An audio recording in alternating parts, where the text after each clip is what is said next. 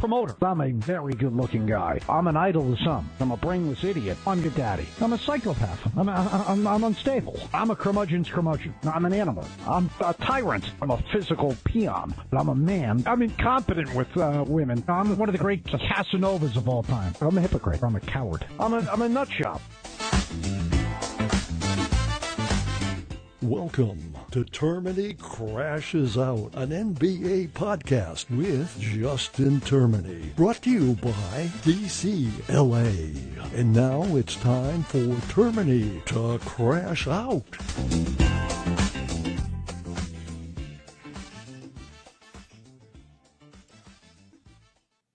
Not sure if I'm going to crash out right now, but I'm going to be crashed out tomorrow, okay? So I'm in a fine mood right now, but tomorrow the show 4 to 7 Eastern time. Can't guarantee that I'm not going to snap at a couple of people, including Eddie, just from staying up here this late. But as long as you guys are going to keep watching these, then I'll try and do a bunch of these moving forward throughout the course of the postseason. And I thought I was going to start with the Knicks and the Hawks and the amazing finish to that game, but I'm going to have to start with what's going on just a couple of minutes ago. And we just finished up. And yes, this is live.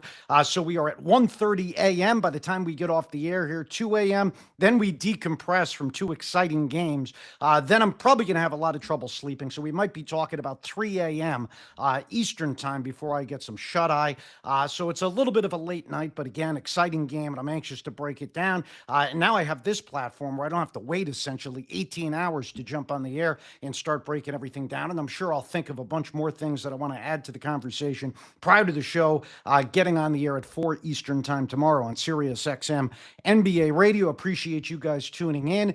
And again, I didn't think that this Denver-Minnesota game, which just ended a couple of moments ago, 119-114, Minnesota with the victory. I didn't think it was going to be a very stressful night just based off how this game started. You look at the first quarter, Denver outscores Minnesota 39-25, despite just 2 points from Jokic, including like 3 4-point plays, which was absolutely nuts.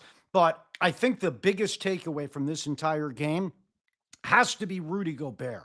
And what do we keep talking about once we get to this part of the season? You see the media, you see players within the NBA taking shots at Rudy Gobert. Well, you can't have him on the floor. You have to take him off the floor. You can't play playoff basketball. Well, Rudy Gobert had the big defensive performance in 2024 in Game 7 against Jokic during the 20-point comeback, where he outplayed Jokic in the fourth quarter, basically both offensively and defensively. And he did the same thing here tonight. The times Jokic dominated really was in the third quarter when Gobert picked up his fourth foul. They had to put Naz Reid in the game. They had Naz Reid defending him, and Jokic went off for 16 points. Other than that, Jokic was relatively quiet.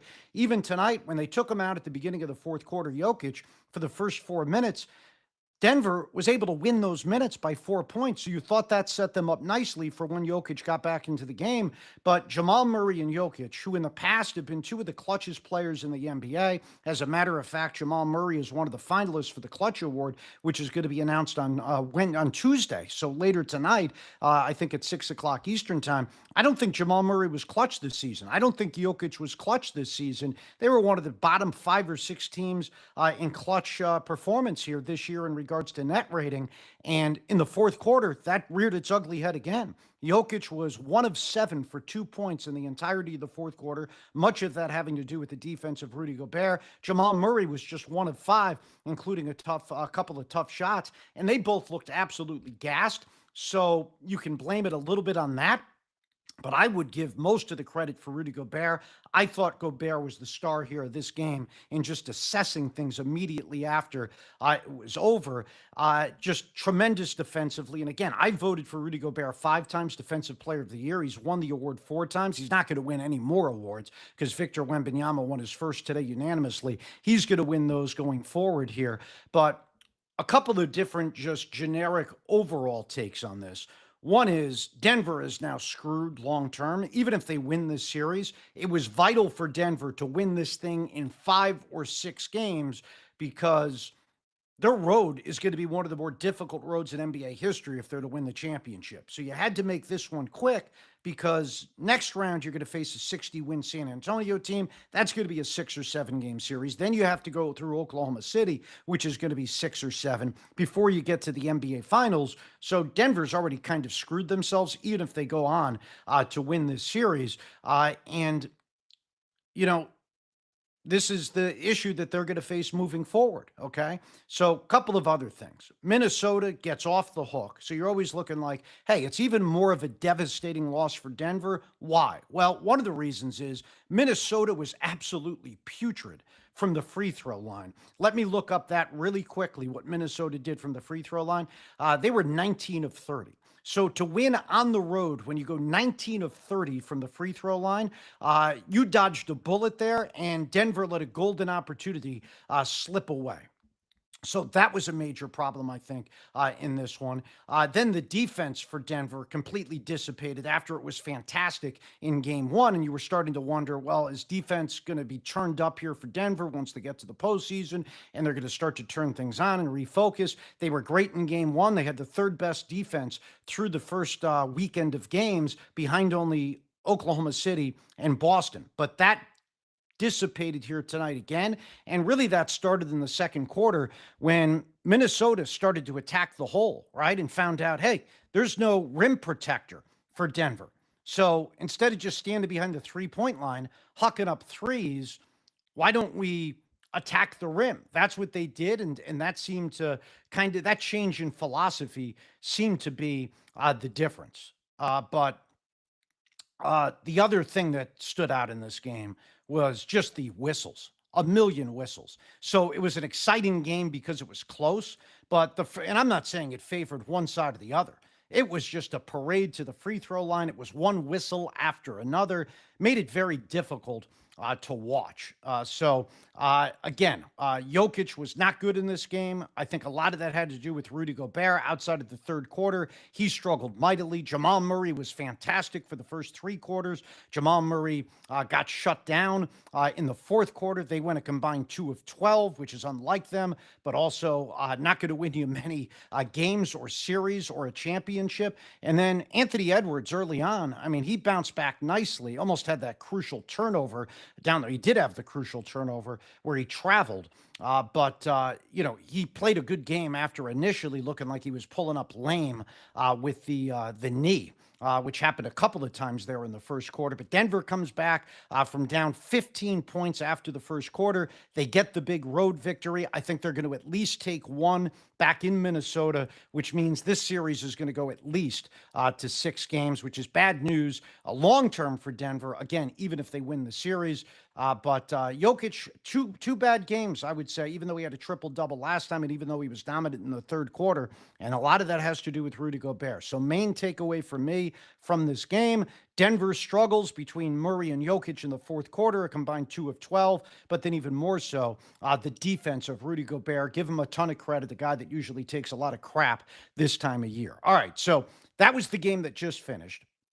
Now I want to touch on the Knicks and the Hawks. And again, after a weekend where you really didn't have any good games, the best was probably Orlando and Detroit, only because that was an upset. We got 2 awesome games here earlier tonight. And the Hawks get the 107-106 win. And the way that it happened was just an absolute embarrassment for the Knicks. I can't imagine the Knick fan or the Nugget fan is going to sleep well later tonight. Right? I mean, the Knicks are up by 12 to start the fourth quarter. And I guess in that sense, it was a worse loss than Denver had. They were up by 12 at the outset of the fourth quarter, as many as 14 in the fourth quarter on their home floor. They still end up blowing that game. And the biggest concern to me heading into this series was kind of eliminated by how Atlanta handled the fourth quarter. I said, what is Atlanta going to do when the game gets close late? Because New York has Brunson, right? And I voted for Brunson third in Clutch Player of the Year this year, just behind SGA and Anthony Edwards. Last year, he won the award, Clutch Player of the Year. I don't think Jalen Brunson's one of the 5 best players in the sport, but I think Jalen Brunson is one of the five clutchest players in the sport. If you said, who do you want the ball in the hands of late? I would say Jalen Brunson. So New York is always really confident in late game situations where everything is close. And I thought that was the biggest weakness for Atlanta, not just against New York, but against any team in the Eastern Conference, right? Like Boston has Tatum and Brown they can go to down the stretch. Detroit has Cade Cunningham. Cleveland's got a two-headed monster in Mitchell and James Harden. But who's Atlanta's go-to guy?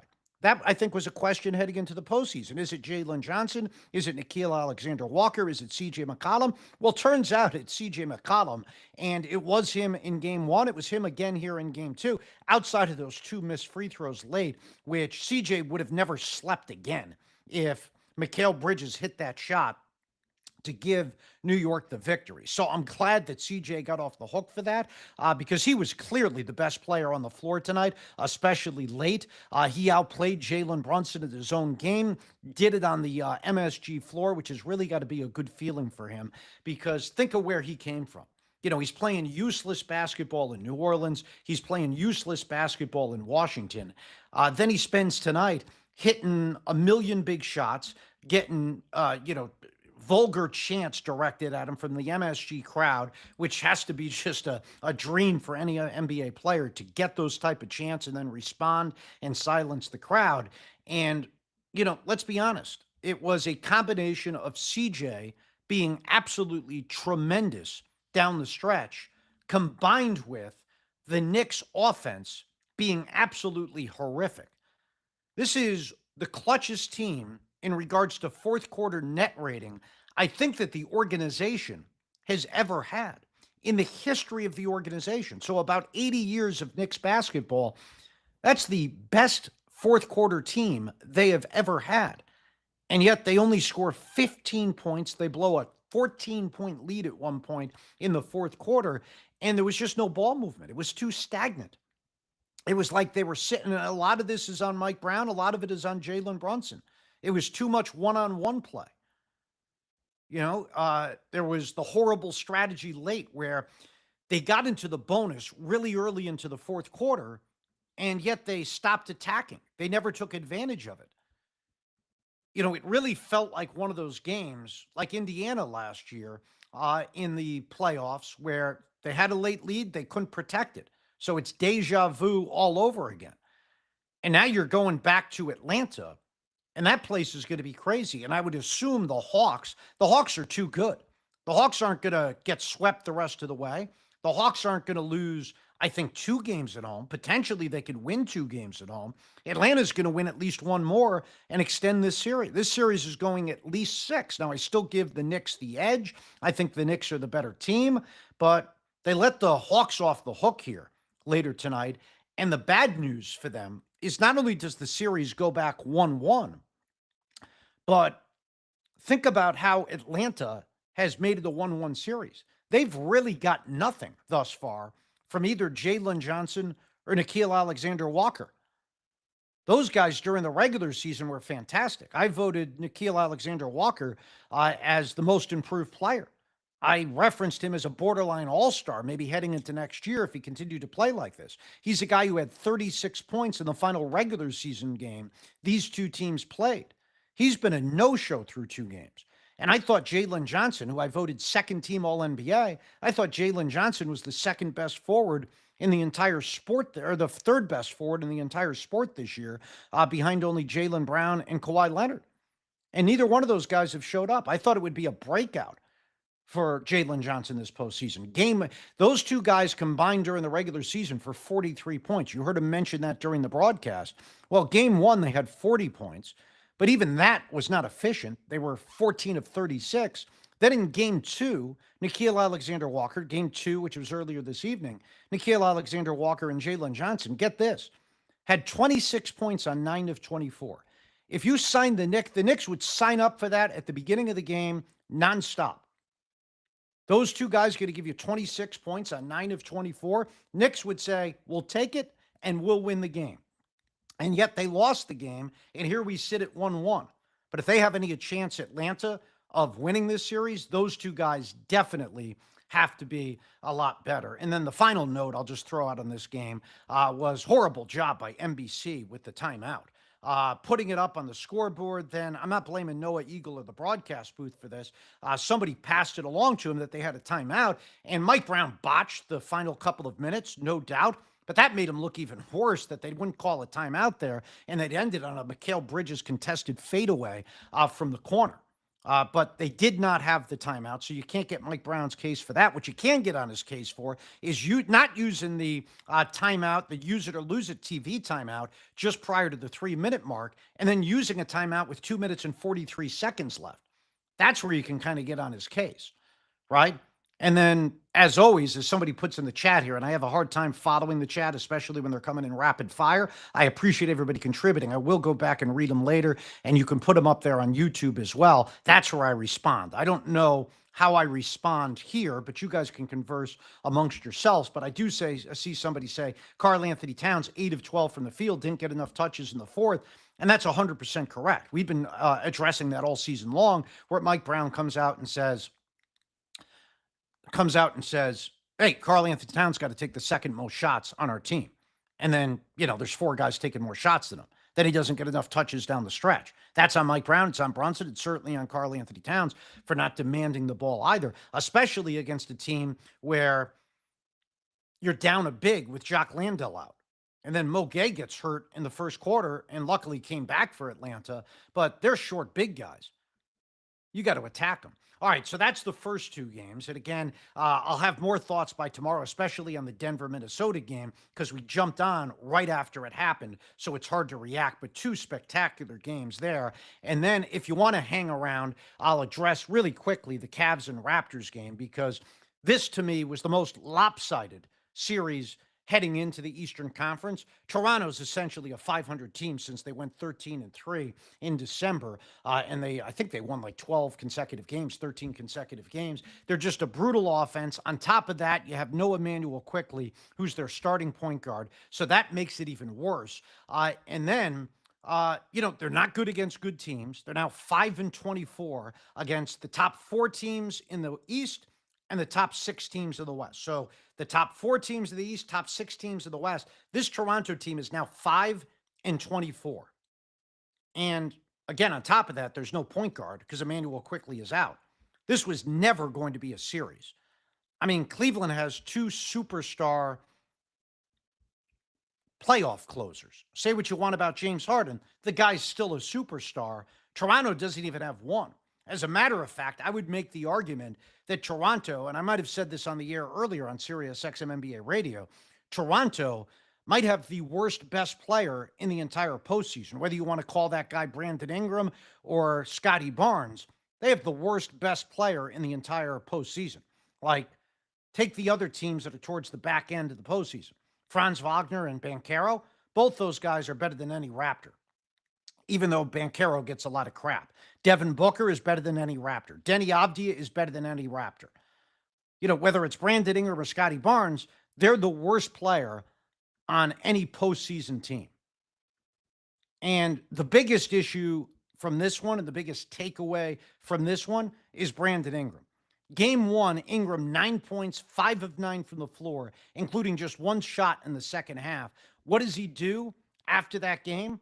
He rips his head coach, essentially ripped his head coach, accused him of saying, well, he wanted to use me as a screener, and we're not going to win any games if I'm just taking 9 shots.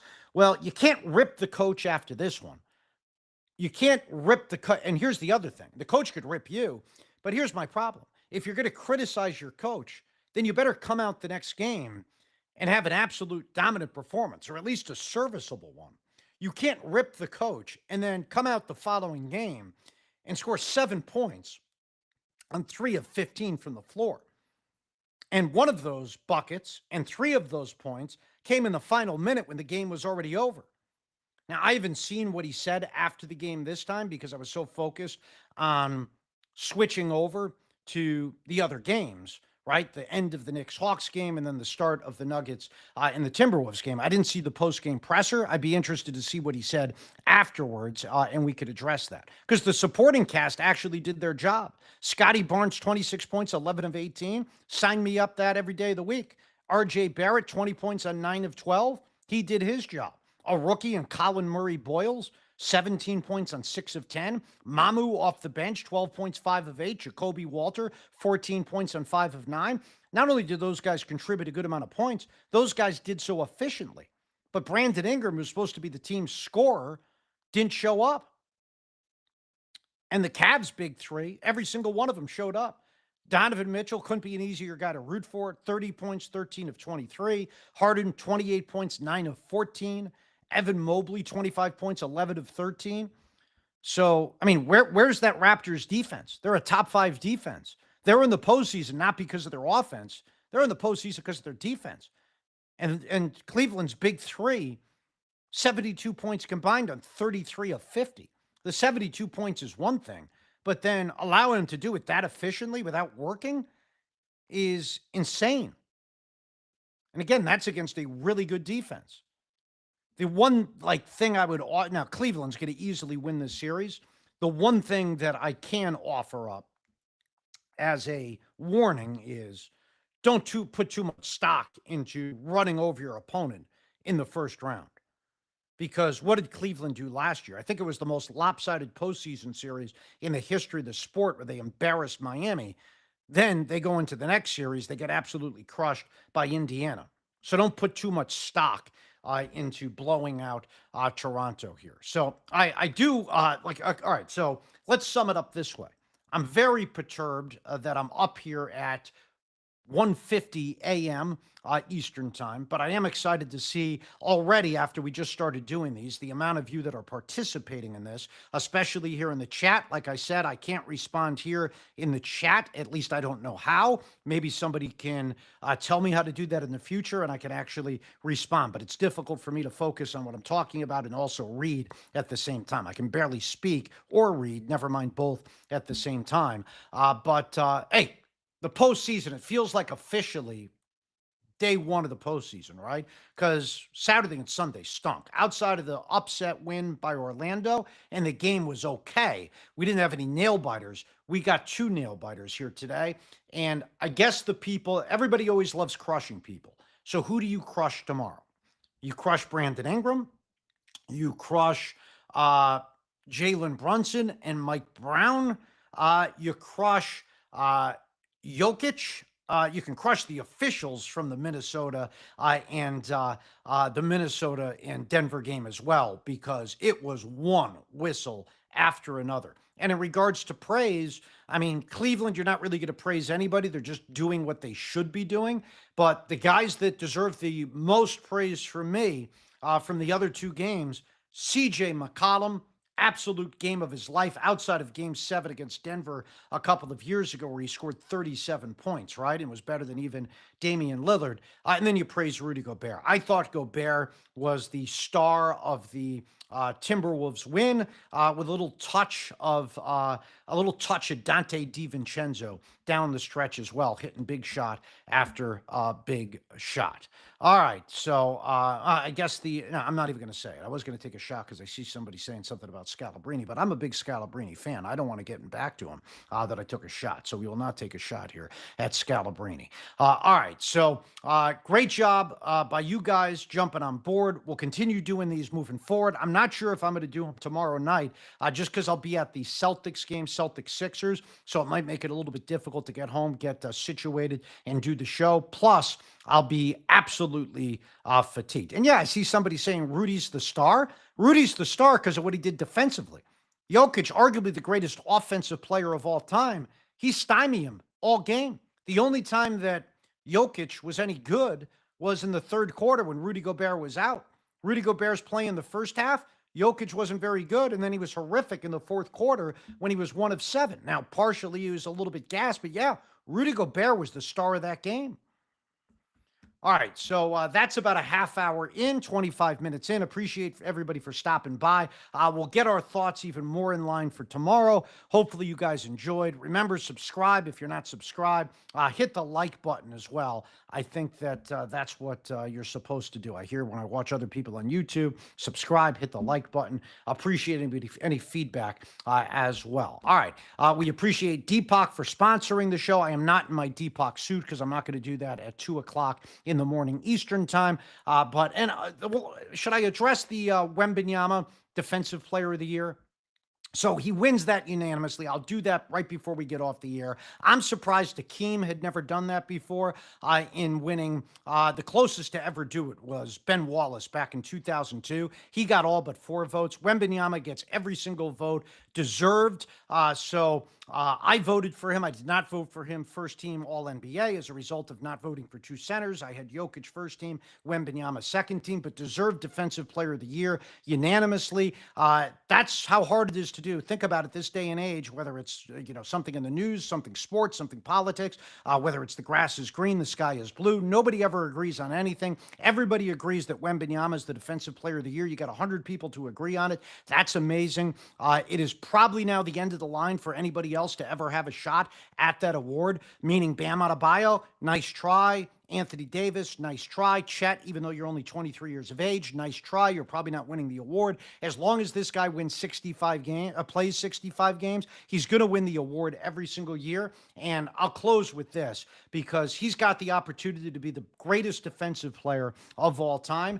And that is something, in my opinion, that has not changed hands since Bill Russell grabbed that in 1957 when he entered the league. Bill Russell has been the greatest defensive player ever since then, right? You can make the argument that the GOAT has changed hands 7 or 8 times. You could say that it's gone from Russell to Wilt, from Wilt to Kareem, from Kareem to Bird, from Bird to Magic, from Magic to Jordan, from Jordan to LeBron. You could make that argument if you want. But the Defensive Player of the Year was grabbed by Bill Russell. Maybe you can make the argument that Hakeem Olajuwon took it and it's changed hands once. That's it.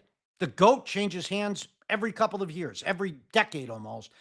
Best defensive player has never changed hands.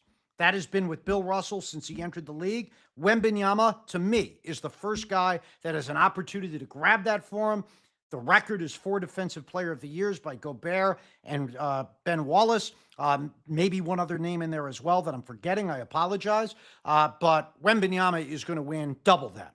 If the guy plays a decade plus, he will win at least 8 Defensive Players of the Year. He is that good. Now, Bill Russell might have won 10, 11 back in his day if the award existed. It did not, though. So that's the Wembanyama thing.